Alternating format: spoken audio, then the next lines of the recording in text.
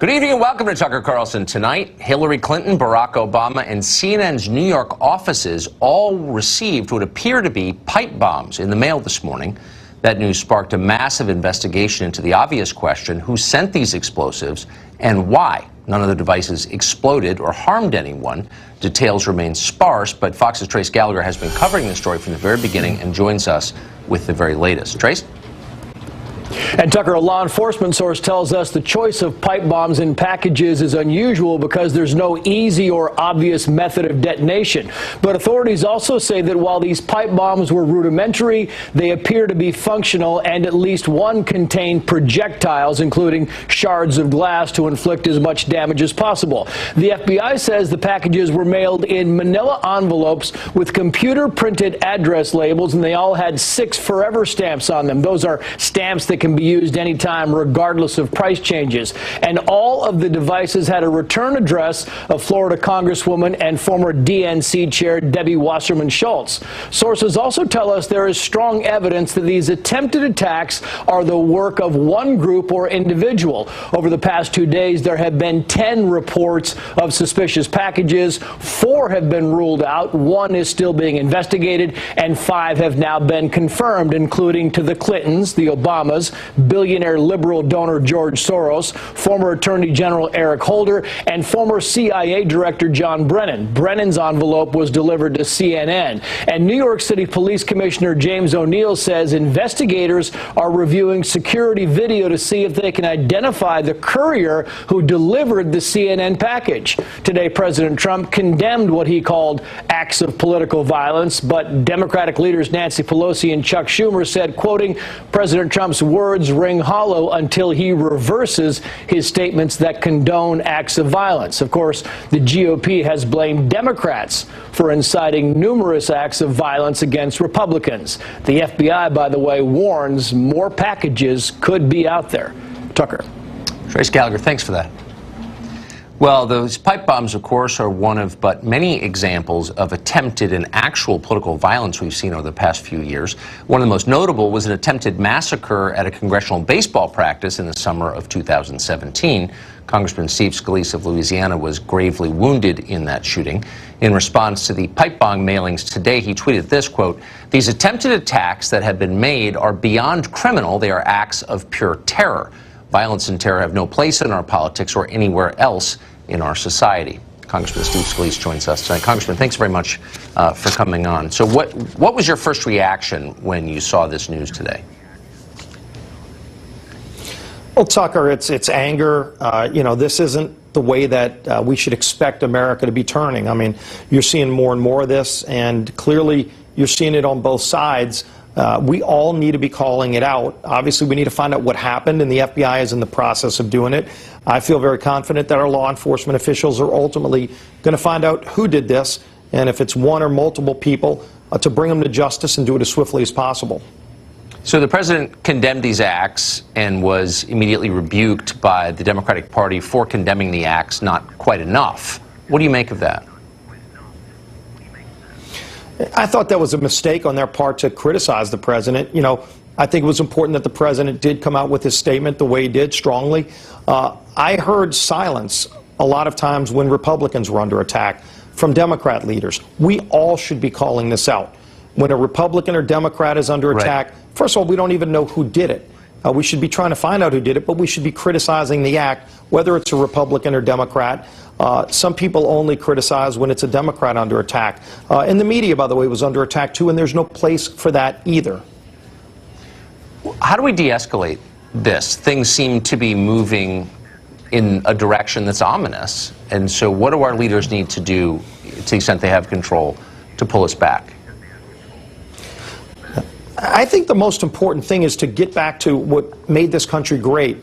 Our founders didn't set up some kind of system where everybody had to think the same way. In fact, they challenged their government, and they wanted a system where individual people can can speak their views and even speak out against their government, and they put the First Amendment ultimately in the Constitution to ensure that right. But the difference is we all have, our disagreements. You should never make those personal, and you should never think that violence is a way to settle our political differences. We settle them at the ballot box. We have an election in 13 days. That's where we settle our differences. Violence is never an answer to somebody's political disagreement with somebody else. And so why is it an interesting point you make? So you're saying that people feel less free to express their opinions now than they have in previous generations, and that's part of the reason things are so volatile? Well, when somebody tries to use threats or intimidation, it's like the schoolyard bully. If they don't want to confront their own demons, they try to threaten you and scare you away from just living your everyday life. And that's not who we are as Americans. You saw it after September 11th. When our very way of life was under attack by people who had a totally different viewpoint of America and what it stands for. And we came together as a country and we said, we're not going to back down. We're not going to change who we are. And we shouldn't do it here either. But we should be equally vigilant, Republican and Democrat, no matter who is under attack, that it's wrong for whoever did the attack. Let's find out the details. Don't try to deflect blame and try to blame somebody else who had nothing to do with this. Let's actually go after the people who did it. That's what we should do in coming together as Americans. And again, it's not about philosophy. I'm a conservative. I have liberal friends. I have disagreements with them, but I don't make it personal. And none of us should make it personal. We should want to find out who did it. Let's get the facts. Don't go trying to blame people that had nothing to do with this. Let's all be focused on coming together and finding out who did it and bringing them to justice. Coming from a man who is very close to being murdered for his political beliefs, your words carry weight on that for sure. Congressman, thank you. Always great to be with you, Tucker. The massive caravan of migrants moving northward toward our border is growing exponentially tonight. Now it's more than 14,000 people strong. No nation other than ours is trying to stop them. Why is that? Chris Kobach joins us next. And we're monitoring the Trump rally underway in Wisconsin this evening. We'll take you there immediately live if news occurs, and it may. But other people just march right in. It will not happen. You watch.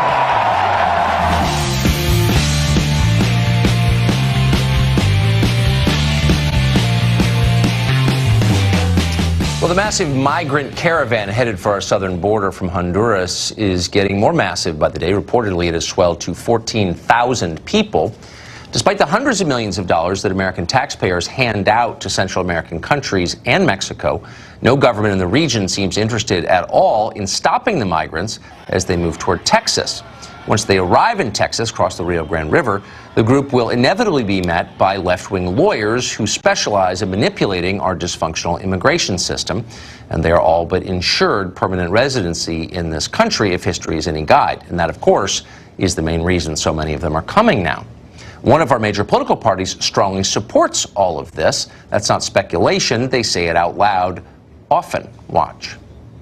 We are a country that our strength has always been that we are a tolerant country, that we are welcoming, in particular, of those who have fled harm. The people of Central America, many are at risk. If they qualify for asylum, we believe there should be a process in which that case can be heard in a fair manner, protecting the individuals. What's the Democratic Party's message about the caravan? We are a nation of laws, and the laws that are on the books deal with issues of refugee and asylum status. And our laws require that people be treated with dignity and given that process. A nation of laws that must be ignored. Disagree with any of that, by the way? Do you think nations need borders in order to be nations? Did you imagine that as an American citizen, you should have some voice in who comes into our country? The cable news geniuses have a message for you. Shut up, racist. It gets Trump's nativist base very, very excited every day, and they look at these people as less than human. They believe that those folks are less than human, and they believe that they don't deserve asylum. They believe that, the kids in cages was a net benefit for this country. Donald Trump wants you to know that he hates the same people you hate. If you hate Muslims, if you hate black people, if you hate anyone who lives south of the Rio Grande. Rick Wilson, for the record, maybe the dumbest person ever to appear on television. Chris Kobach, meanwhile, is a Republican. He's running for governor of Kansas. He does believe in borders, and he joins us tonight. So thanks very much for coming on. I think most people, when thinking about immigration, have thought in terms of barriers. How do you strengthen the border?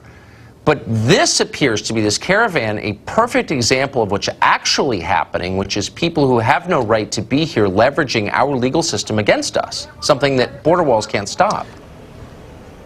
That's exactly right, Tucker. You know, what I think they're attempting to do is you're right, as you said in the intro, they're going to be met by all kinds of liberal lawyers, and they're going to try to claim asylum. And the thing is, they have no basis whatsoever for claiming asylum. They do not face persecution by the government in their home countries, which is the essence of asylum. But because they, under our laws, at least get a hearing, a credible fear hearing, and we don't have enough detention beds to detain 14,000 people while they get those hearings, many of them probably will be let go with a slip saying, please come back on such and such a day, and they won't come back, or they may try to come back and try to fake it through the hearing. But it is absurd how they are abusing our asylum system, abusing our laws, and they are aided and abetted by the American left. Well, so it's a little disingenuous because they can't be held, because then it would be you're holding human beings in pens like animals, you racist. They can't be returned into Mexico because they're not Mexican nationals. They're from Central America. And so we don't have a choice under the rules written by the people complaining that we're inhumane to do anything but let them free. And so basically they're subverting our law with the assistance of people who solemn face are telling us we just want to obey the law. I mean, it's like Orwellian. Yeah, it is Orwellian. And you know, you mentioned earlier the Democrats and how they're talking about this. Let's just think about this. In the 90s, this is like the third stage of open border psychosis. In the 90s, the Democrats wanted to enforce the law. Bill Clinton signed the Illegal Immigration Reform Act, which is all about enforcement. Then in the 2000s, they were like, okay, now we want amnesty. We're not for enforcing the law, we want amnesty. But now in 2018, they're going beyond that, and they're saying, we want to bring in more illegal aliens. We're not content with the millions here already. We're for bringing people in from outside of the country who have no basis for coming to the United States. At some point, doesn't this raise questions about what democracy is? I mean, if every poll for 50 years demonstrates that most Americans of both parties want real borders, they want to have a say in who comes and lives here and benefits from our society, and consistently they have no voice at all, then what do you start to wonder about democracy? Maybe it's fake.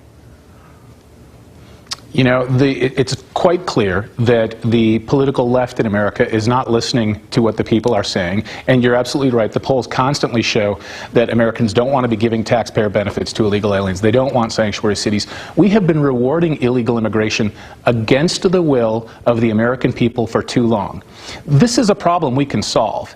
If you want to stop illegal immigration, stop rewarding illegal immigration. Right. That's one of the most important reasons why I'm running for governor in Kansas. Yeah. But the political left doesn't want to do that. And if you want to keep people tolerant and pro-immigrant, then let them decide who gets to come here. I mean, what they're doing is making people who are basically for immigration anti-immigration, because it's so unreasonable that reasonable people are getting disgusted. I mean, anyway, Chris Kobach, thank you for being a consistent and clear voice on this issue. I appreciate it. My pleasure. Thank you. Immigration, of course, was one of the decisive issues, maybe the decisive issue in the last presidential election. What does the caravan mean, if anything, for the 2018 midterms 13 days from now? Dana Perino hosts the Daily Briefing. She served as press secretary for President George W. Bush. She's seen this topic emerge and evolve, and she thinks deeply about all this stuff all the time, and she joins us now. So does this, Dana, I mean, I can't exactly tell where this is going, or if maybe Republicans are overstating its effect or understating it. I mean, what effect is this going to have, do you think? Well, it's possible that Republicans are overstating this issue and understating health care. But the truth, that could also be said for Democrats, that they're overstating health care and underreporting on immigration. Look, I think if you just look at the Senate, the red state Democrats that are running for re-election, this is not good news for them. Claire McCaskill and Joe Donnelly in particular, Missouri and Indiana. These are states that President Trump won by over 20 points. Immigration was one of their #1 issues for those voters. So this issue being talked about in the last 2 weeks before the midterm election, which is very close anyway, that's probably not good news for them.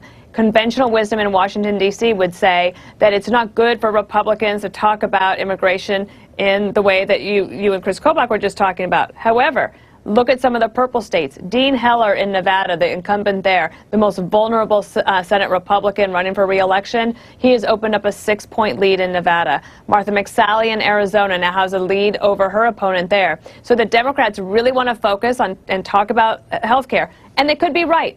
On election night, that could be the main reason that people come out to vote.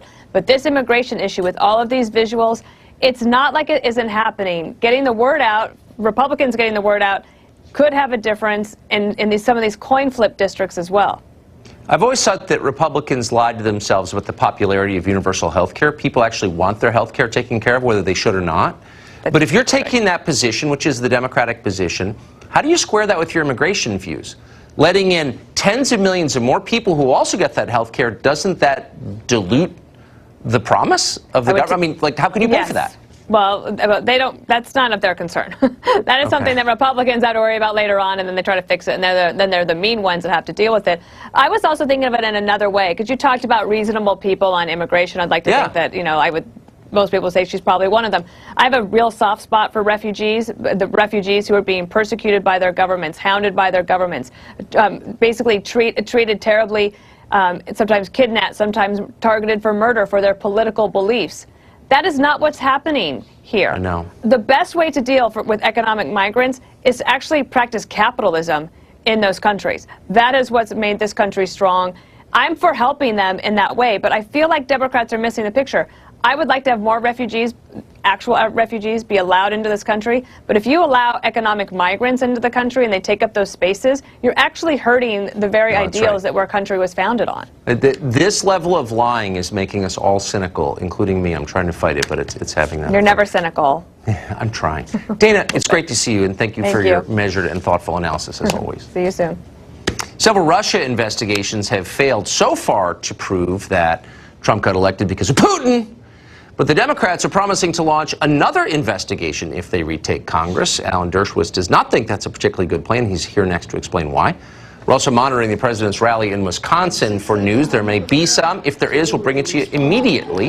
Here's what the president just said about today's bomb scares across the country. Watch. Of political violence are an attack on our democracy itself. No nation can succeed that tolerates violence or the threat of violence as a method of political intimidation, coercion, or control. We all know that. Such conduct must be fiercely opposed and firmly prosecuted. We want all sides to come together in peace and harmony. We can do it. We can do it.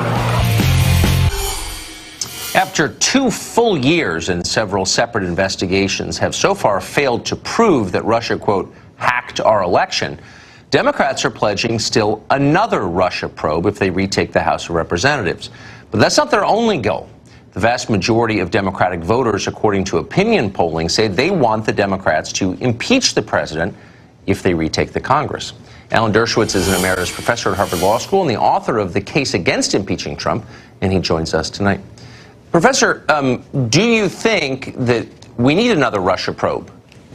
No, I don't think we do. I think we'll learn a lot from the report that Mueller will release. If we did need a probe, it should be a nonpartisan 9/11 type objective probe. The last thing we need is a partisan probe whose purpose it is to demonize the other party and to try to gain partisan advantage. That's not what the American public needs, and I think the Democrats will shoot themselves in the foot if they fritter away their power as a check and balance, if they do regain the House, by looking to the past instead of looking to the future.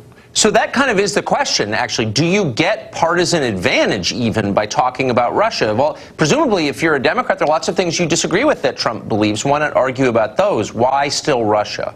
It's ridiculous, I think, and I do think that in the end they would get short-term partisan advantage, but in the end I think the long-term disadvantages would be obvious. We saw that happen when Bill Clinton was impeached. It turned very negative on the Republicans, and I think even those who participated in the impeachment now regret that. And I think that the Democrats should learn the lesson. If they are fortunate enough to regain the House, they should use that as a way of checking and balancing and exercising their constitutional authority, trying to work with the Republicans and come up with some compromise programs that won't satisfy anybody 100%, but that's the nature of a divided government. You come up with compromises. Think back to the days, when Ted Kennedy would work so closely with McCain and others. I think we need to see that happening again, and if the Democrats regain control and they're smart, they will try to reach out to moderate Republicans and try to come up with some programs that help the American public rather than just achieve short-term partisan results. The impeachment talk strikes me as strange. I mean, you're the constitutional scholar here, obviously, but my understanding is you need 3/4 of the Senate to vote for conviction in order to remove a president with impeachment. That's not going to happen. So, given that it's not going to happen, why are they considering it? Well, for the same reason that they considered it with Bill Clinton. The House could conceivably get a majority to impeach. It's very easy to impeach. It's not easy to impeach constitutionally, but the House can act unconstitutionally. Maxine Waters has already said the criteria for impeachment is anything the House wants. She wants to impeach not only President Trump, but Vice President Pence as well.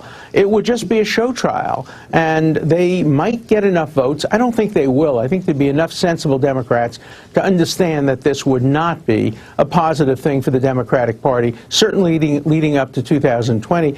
And as soon as the midterms are over, 2020 begins. And I think it would be a way of frittering away the advantage the Democrats have gotten by taking over the House. It also, even the talk of it now, hurts their chances of winning the House. I don't think Americans want to vote for an impeachment. I don't think they want to vote for more investigations of Russia. I think they want to vote for candidates who will move the country forward.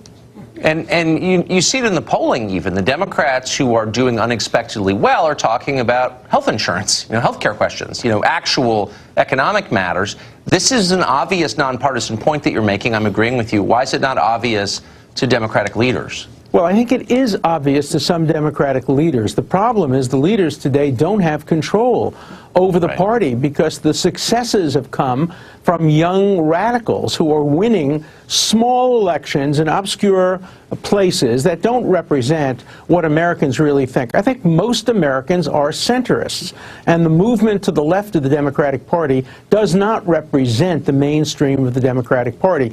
And I would hope the leaders would recognize that. The same thing is true of Republicans. The extreme right wing, which is winning in a few places, doesn't represent the core of the Republican Party. I think the Americans benefit when both parties move to the middle, when there are great debates between conservatives and liberals. That's where the debate should happen, instead of screaming matches between the radicals on the left and the radicals on the right. That's not the America that made us great.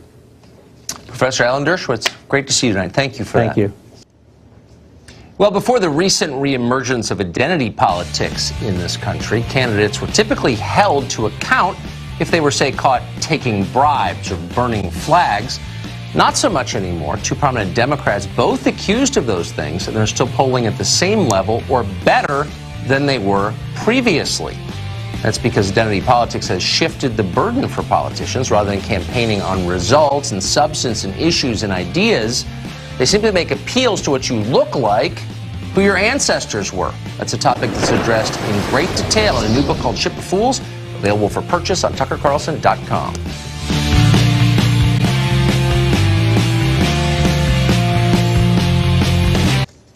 Well, the creepy porn lawyer certainly has lived a glamorous life, it turns out. During the few waking moments he hasn't spent on cable television, he has raced cars with a Saudi prince. He's flown private to visit five-star hotels in the French Riviera.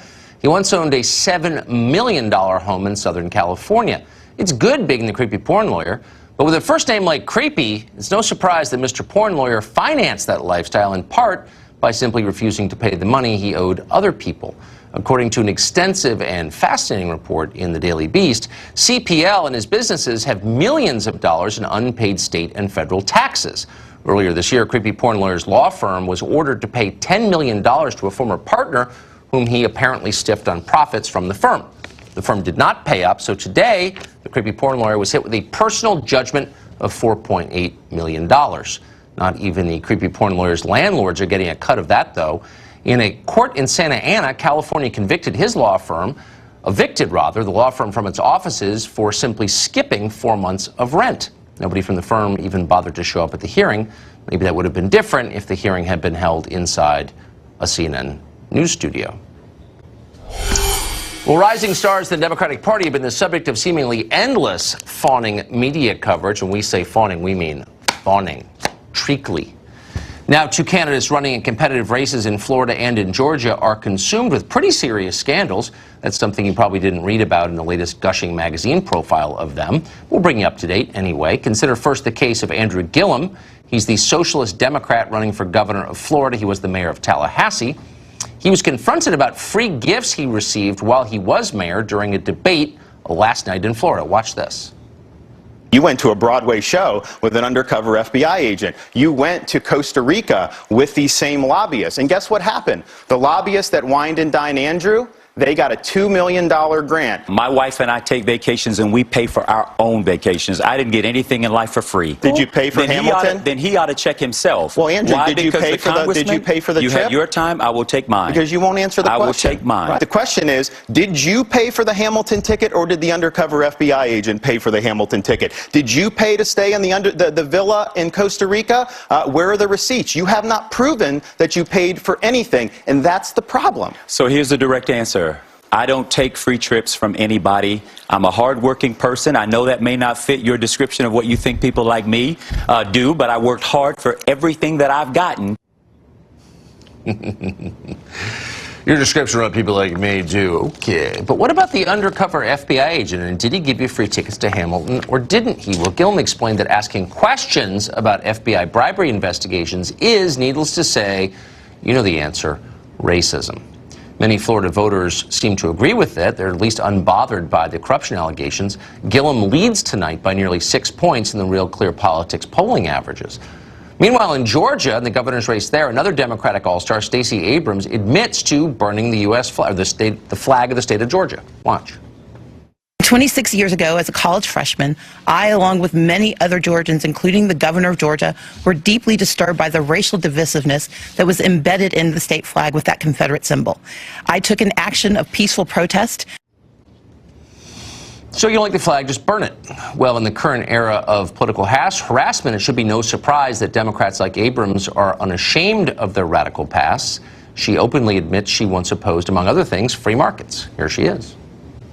We can educate bold and ambitious children, but our fundamental responsibility is to take care of the least of these.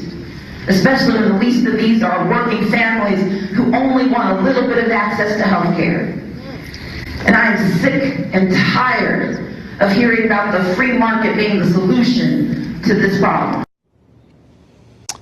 Well, there was a time, like about 25 minutes ago, that burning flags and attacking markets would be enough to sink a candidate in Georgia, but not this year. 2 years of anti-Trump fever on the left has encouraged increasing radicalism in the candidates, and that's why Abrams seems okay even with illegal immigrant voters. Watch this. Blue wave is African American. Yeah! It's white, it's Latino, it's Asian Pacific Islander. It is law enforcement. Yes! It is veterans. Yes! It is made up of those who've been told that they are not worthy of being here. Yes! It is comprised of those who are documented and undocumented. So the undocumented are now participating in our elections. Federal crime, whatever. Lisa Booth is a senior fellow at Independent Women's Voice, and she joins us tonight. Lisa, Hi, thanks a lot Tucker. for coming on. So the Gillum race seems interesting, especially interesting because there's this addition of apparently an FBI corruption investigation into the middle of it. What is that exactly? Well, there's actually two investigations. So there's a state investigation into some trips that Andrew Gillum took, and then there's also this FBI investigation. But the reason why all of this has come into the fold in the media as of late is there's this document dump about 150 pages basically showing that Andrew Gillum has been lying about accepting a Broadway ticket to Hamilton, which he had accepted from an undercover FBI agent. And that's what these documents demonstrate, is that he did knowingly take this ticket from a guy named Mike Miller, who was the undercover agent, who he thought was, a business guy who was looking to do a deal with his city when he was mayor. So that's what we know now. And then we also... Wait, I just want to point out, just to warn our viewers, that Andrew Gillum has explained it's racist to bring that up. Well, right. And if you would look at our very, storied history in the country of people of all different races coming under fire and investigations for corruption, corruption knows no, race here. So I think this is sort of an excuse he's trying to use. And look, with the big problem with the FBI investigation is he's saying that he's not a target, but we honestly don't really know that. And if you look at one of his close friends, this longtime lobbyist, Corey Adams, he is at the center of the FBI investigation, and so is one of his businesses, or a couple of his businesses, and one of them, which Gillum was on the city commission that voted to approve the deal. So one of the reasons that we're also upset here in Washington about Russia hacking our election is that foreign nationals aren't supposed to be influencing our political process, period. It's actually against the law at a federal level. Stacey Abrams is saying she wants undocumented as part of this process. Has she explained what she meant? Does anyone care? Well, the problem is, look, Democrats keep trying to say that, they're not the party of open borders, but all you have to do is go back to, a speech that was released with WikiLeaks with Hillary Clinton in 2013 talking about her desire for open borders. You have people like Keith Ellison walking around with shirts saying that he supports open borders, so it would not be a surprise that, this is sort of the, would not be a surprise that Stacey Abrams would be trying to say something like this. Yeah, it's just, there's a difference between saying open the borders and then saying that people here legally should be playing a role in our political process. That's reserved for citizens, I thought. It is, Tucker, but also remember the fact that Hillary Clinton gave a voice to undocumented illegal immigrants during the DNC convention. So, does it really surprise you that much? No, it doesn't at all. And that's where this has always been going. Of course, you're absolutely right. But it's still surprising. Anyway, Lisa Booth, thank you for those updates. We appreciate them every time. Thanks, Tucker. Well, most of the news is bad news, as you know. That's the first thing we thought when we saw the newspaper this morning. That's why we're so grateful to have Mike Rowe here, because he says we are overlooking a lot of good news, and he's here to talk about what that news is, and that's next.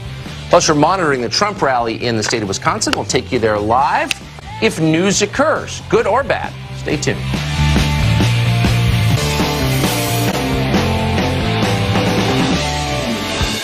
Well, if you spent the day marinating in news as we do, you probably concluded that it's over. The economy is tanking, the country is disintegrating, the sky is falling. But we know that's not true.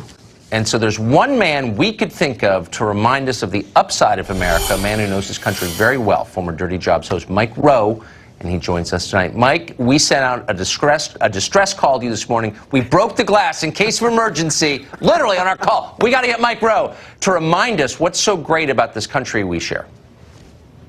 Dogs and cats living together. What's going to become of us? Your producer's hysterical. Kelly sent me the email. She was like, we're just, do you have any good news going on in your life? I'm like, what are you talking about? Yes, she said, just I knew you anything. would. Like, what do you got? Exactly. And I'm like, well, I got this show called Returning the Favor that has absolutely steeped me in bloody do-gooderism for the last year and a half. I spend my weeks now, I'm not kidding you, I know you know this, but I fly all around the country meeting people who are slightly better than you and me, figuring out what makes them tick, giving them a surprise to allow them to continue doing whatever altruistic thing they've been doing that makes me feel small and them look huge. And they cry and we laugh. And then I go to the next place. And it's the feel-good hit of the summer. It's got 300 million views. And it's warped me so badly and turned me into such a absurd Pollyanna that I literally have to come home and put on cable news in order to feel regular again. It's completely backwards for me. So that just sounds like the greatest job ever and the greatest show ever. So what have you learned about Americans in doing it? Same thing I learned on Dirty Jobs. Look, fundamentally, we're still united more than we're divided. You're not going to find it in your news feed, and you're not going to find it on cable, unfortunately. Yeah. But work, the work that we do, the stuff we do for money, Dirty Jobs is still on. It's been on 15 years. Never once do you hear the words Republican, Democrat, ISIS, riot. You might hear hurricane if we're down doing a cleanup or something, but nobody talks about any of that stuff in real life. And on Returning the Favor, it's the same thing. Oh my God, that's my baby picture. That's so weird. We essentially highlight decency the same way we used to highlight work. It was really just an experiment. We wanted to prove beyond a shadow of a doubt that the country still was full of people who woke up and went out to make their community a better place. And now, my news feed, I'm not kidding, it is literally overrun with people saying, you got to meet my brother, my uncle, my cousin, my sister, my mom, you got to meet my neighbor, wait till you see what they do. So, look, for what it's worth, we're going to be okay. And if we had social media back in the day, I mean, pick your favorite century. If we were reporting on the state of things today, the way they existed once upon a time, it'd be enough to depress a hyena. Are you kidding me? We're living, this is the absolute best time to be alive, ever. Any food you want can be delivered to your door. You can fly across the country in a steel tube. Any song you want, all the information in the world is right here. It's accessible. It's not as bad as you think. So the one question I have, and the one worry that I have, is related to it. I've always loved about America that Americans are kind to strangers. Are they still? Yeah. Yeah, they are. But it's not news. It's not headline news. You know, man holds door for women weighed down with bags. No. There's, you know, look, manners is maybe back on its heels a little bit anymore. I don't know why people don't stand anymore when women walk in the room, but these are little things. Fundamentally, I don't think, I think we're the same basic species we've always been. Look, just 20 minutes ago, I narrated the foreword to my mom's book. My mom, at 80 years of age, has written a book about optimism. And it's literally flying off the shelves. I'm so proud of her because 2 weeks ago on Barnes & Noble, Fear, Bob Woodward's book, was #1. She actually eclipsed it for a couple of hours. For a couple of hours, hope trumped fear. I know that feeling. Mike Rowe, you have cheered us up, as always, as we knew you would, and we're grateful for it. Whenever you get bored, please come back on, because we need it. Thank you. I'm going to bring my mother next time, and you're going to love her. I promise. Done. Well, I can't wait. Thanks, man. See ya.